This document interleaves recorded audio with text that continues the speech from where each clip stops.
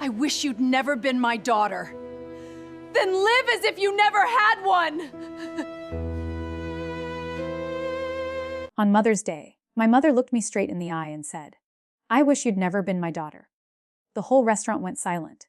I placed my napkin beside my untouched plate, stood up, and answered, "Then live as if you never had one." Then I walked outside, climbed into the SUV she thought belonged to my boss, and drove away, taking with me the one secret that was about to cost her everything. Hello, my name is Claire Bennett. I am 36 years old, and for most of my life, I believed that being a good daughter meant accepting pain with a smile. I was wrong. My mother, Diane, had always treated love like a reward. My younger sister, Vanessa, received it simply for breathing. I had to earn it. When Vanessa failed math, Mom blamed the teacher. When I earned a B, Mom asked why it wasn't an A. When Vanessa wrecked Mom's car at 17, I spent my summer working at a grocery store to help pay the insurance bill. Mom said that was what responsible daughters did. I kept trying because my father, Robert, used to tell me, "Your mother loves differently. Give her time." The dad died when I was 28. After that, there was no one left to soften her words. Still, I called every week. I paid her property taxes when she fell behind. I arranged her medical appointments. And when the roof on her house began leaking, I quietly covered the $12,000 replacement. Vanessa posted photographs from beach resorts and called Mom twice a month. Somehow, she remained the golden child. The Mother's Day lunch took place at Bellamy House, an expensive restaurant in Columbus, Ohio. Mom chose it because she wanted photographs for social media. I booked the private room, paid the deposit, ordered flowers, and bought her a gold bracelet engraved with the initials of both her daughters. Vanessa arrived 40 minutes late wearing sunglasses and carrying no gift. Mom hugged her as if she had returned from war. Then Vanessa noticed my SUV through the window. "That's yours?" she asked. "Yes," I said. "Since when can an office manager afford that?" I had stopped correcting my family years ago. I wasn't an office manager. I owned a financial compliance firm with 14 employees and contracts across 3 states. Dad had been the only person who knew I was building it. Mom assumed I still answered phones for someone important, and Vanessa preferred that version of me. Before I could reply, Vanessa dropped the real reason for lunch onto the table. She wanted $200,000 to open a luxury wellness studio. She had no business plan, no certification, and no savings. What she did have was confidence that I would provide the money. I told her no. Mom's expression changed instantly. She reminded me that family helped family. I reminded her that I had already paid Vanessa's rent twice, covered her credit card settlement, and loaned her $30,000 that she had never repaid. Vanessa began crying without producing a single tear. Then Mom accused me of being jealous. I asked what I was supposed to be jealous of. That was when she said it. "I wish you'd never been my daughter." She didn't whisper. She wanted me to hear it. She wanted the waiters, the nearby families, and especially Vanessa to hear it. For the first time, I didn't defend myself. I didn't bargain for love. I simply gave her wish back to her. "Then live as if you never had one." I left the bracelet on the table, but I took the envelope beside my purse. Inside that envelope were documents I had planned to show Mom after dessert. They proved that someone had been stealing money from the family trust my father created before he died. And every trail led to Vanessa. 3 months earlier, I had received a property tax notice addressed to my father. That was strange because he had been dead for 8 years. The notice concerned a commercial building called Bennett Square, which Dad had purchased before I was born. Mom always said he sold it during the recession. According to the county, he had not. The building belonged to a trust. Mom received the rental income during her lifetime. After her death, the property would pass equally to Vanessa and me. I knew nothing about it. I searched the public records and found something worse. 2 years earlier, someone had used the building as security for a $600,000 loan. The signature approving it appeared to be mine. I had never signed that document. That was why I had hired an attorney and a forensic accountant. Quietly, we traced payments from the trust into a company called VLR Lifestyle Holdings. The initials stood for Vanessa Louise Reynolds, my sister's married name. The company had paid for vacations, designer handbags, a leased sports car, and the deposit on the wellness studio she now wanted me to fund. My mother had signed several forms as trustee. Whether she understood them was unclear. I had come to lunch hoping to protect her before the bank foreclosed. Instead, she chose Vanessa and publicly erased me. So I stopped protecting her from the consequences. That evening, Mom called 11 times. I didn't answer. Vanessa sent messages saying I had ruined Mother's Day and demanded that I apologize. Then she sent a photograph of the restaurant bill with the words, "You invited us, so pay this." I blocked her number. The following morning, I canceled every automatic payment I had been making for Mom property taxes, Utilities, lawn service, supplemental insurance, and the monthly transfer she believed came from Dad's pension. It didn't come from his pension. It came from me. For 8 years, I had sent her $2,400 each month. She never once asked where it came from. My attorney, Marcus Lee, advised me not to confront either of them. The bank had already started an internal fraud review. If I warned Vanessa, she might destroy evidence. So I waited. 6 days later, Mom appeared at my office. That was the first time she learned I owned the company. She stood in the lobby staring at the silver letters on the wall. Abenetrescan kamampianits CRBanan Fondiaran CEO. Her anger briefly disappeared. Then she asked why I had lied to her. I told her I hadn't. She had simply never asked a question about my life, unless she needed something. She demanded that I restart her payments. Her electricity bill was overdue, and the property tax office had called. I reminded her of her Mother's Day wish. You wanted to live as if you never had a daughter, I said. This is what that life costs. She lowered her voice and told me I was being cruel. Then Marcus entered the lobby carrying a folder. Mom recognized his law firm's name and immediately became nervous. We brought her into the conference room and showed her copies of the loan documents. At first, she claimed she remembered nothing. Then she admitted Vanessa had asked her to sign routine trust papers. Vanessa said the loan would be temporary and that I had approved it. I placed the forged signature in front of her. Mom stared at it for a long time. Finally, she whispered, "Your sister wouldn't do this." Even with the evidence beneath her fingers, she defended Vanessa. That hurt more than the insult at lunch. Then Marcus showed her the bank statement containing a transfer of $80,000 into Mom's personal account. Mom's face turned white.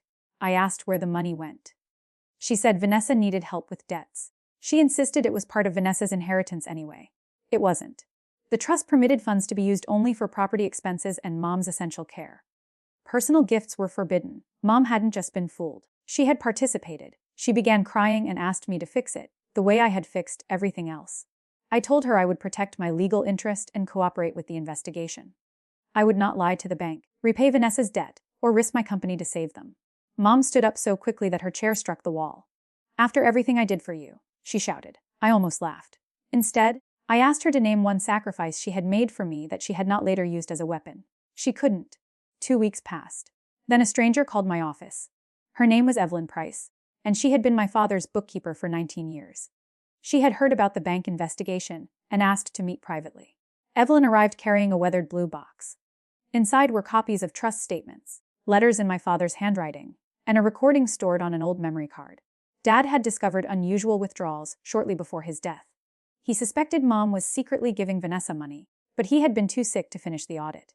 Evelyn kept the copies because Dad told her, "If Claire ever starts asking questions, give her the truth. She'll know what to do." I listened to his recorded message alone in my car. His voice was weak but clear. He said he was sorry for asking me to keep forgiving behavior that should never have been excused. He admitted that peace in the family had often been purchased with my silence.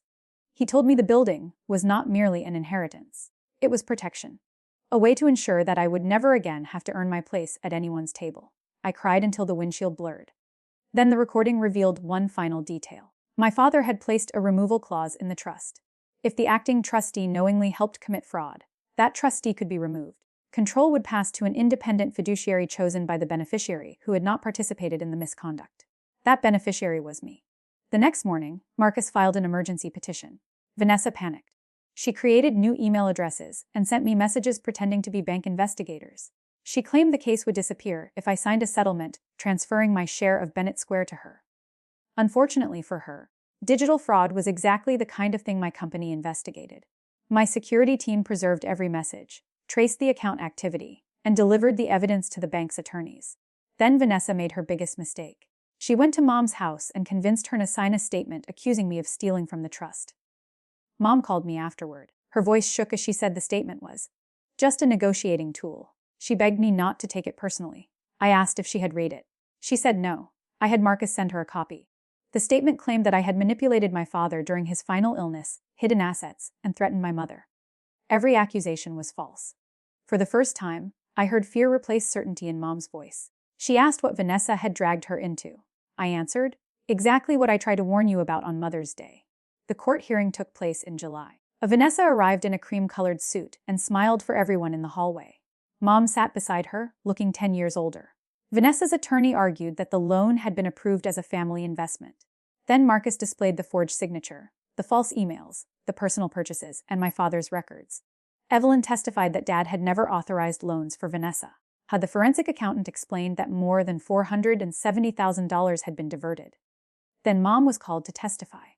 Vanessa expected her to repeat the statement. Mom looked at me across the courtroom. I didn't smile. I didn't rescue her. I simply waited for her to decide who she wanted to be, when no daughter was available to carry her guilt. Mom admitted the truth. She said Vanessa had told her I approved the transactions. She also admitted that she signed papers without reading them and accepted money she knew did not belong in her personal account. Vanessa stared at her in disbelief. "You're my mother," she hissed.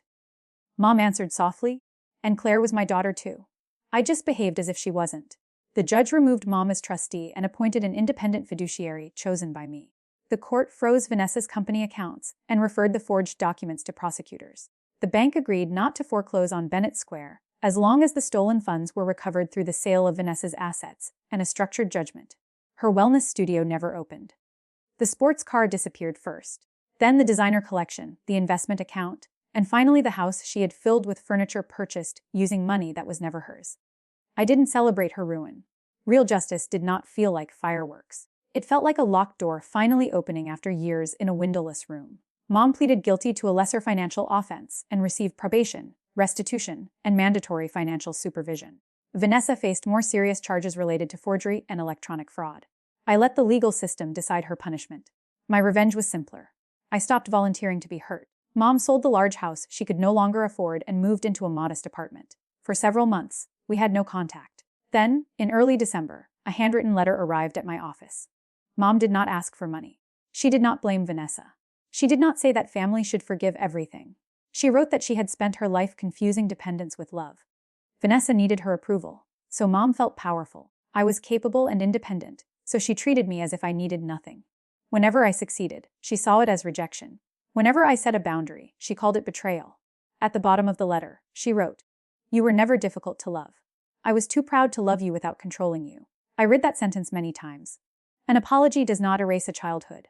It does not restore stolen money or remove a forged signature. But a sincere apology can become the first brick in a new road, if both people are willing to walk slowly. I agreed to meet her in a coffee shop after Christmas. I paid only for my own drink. We spoke for 40 minutes. Mom apologized without excuses. I told her that we would not return to the relationship we had before. There would be no secret payments, no emergency rescues, and no conversations in which Vanessa's needs automatically became my responsibility. Mom nodded. I also told her that forgiveness was not the same as access. Trust would have to be rebuilt through actions, one small choice at a time. For the next 5 months, she respected that boundary. On the following Mother's Day, I woke to a message from her. It read, "I know I have no right to ask you to come. I only want to say that I am grateful you were born. I am sorry I ever made you believe otherwise." I did not rush to her apartment with flowers. I did not pretend everything was healed. Instead, I sent a simple reply. "Thank you for saying that. Keep becoming someone who means it." Then I drove to Bennett Square. The building had survived the loan, the investigation, and our family's lies. I had renovated the empty second floor and turned it into a training center for women rebuilding their careers after financial abuse. We offered free workshops on credit, contracts, small business planning. On the lobby wall, I placed a small brass plaque with my father's words, "You'll That afternoon, I stood beneath it while the first group completed its program. Some women were mothers. Some were daughters. Some had walked away from families that only loved them when they were useful. I understood every one of them. People sometimes ask whether I regret what I said in the restaurant. I don't. "Then live as if you never had one" was not a curse. It was the first boundary I had ever spoken without apologizing. It forced my mother to face the cost of treating devotion as an unlimited resource. It forced my sister to face consequences she could no longer hand to me.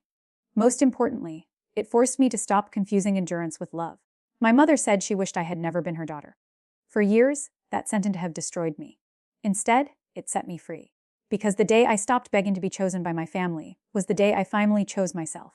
And that was the inheritance no one could forge, borrow against, or take away.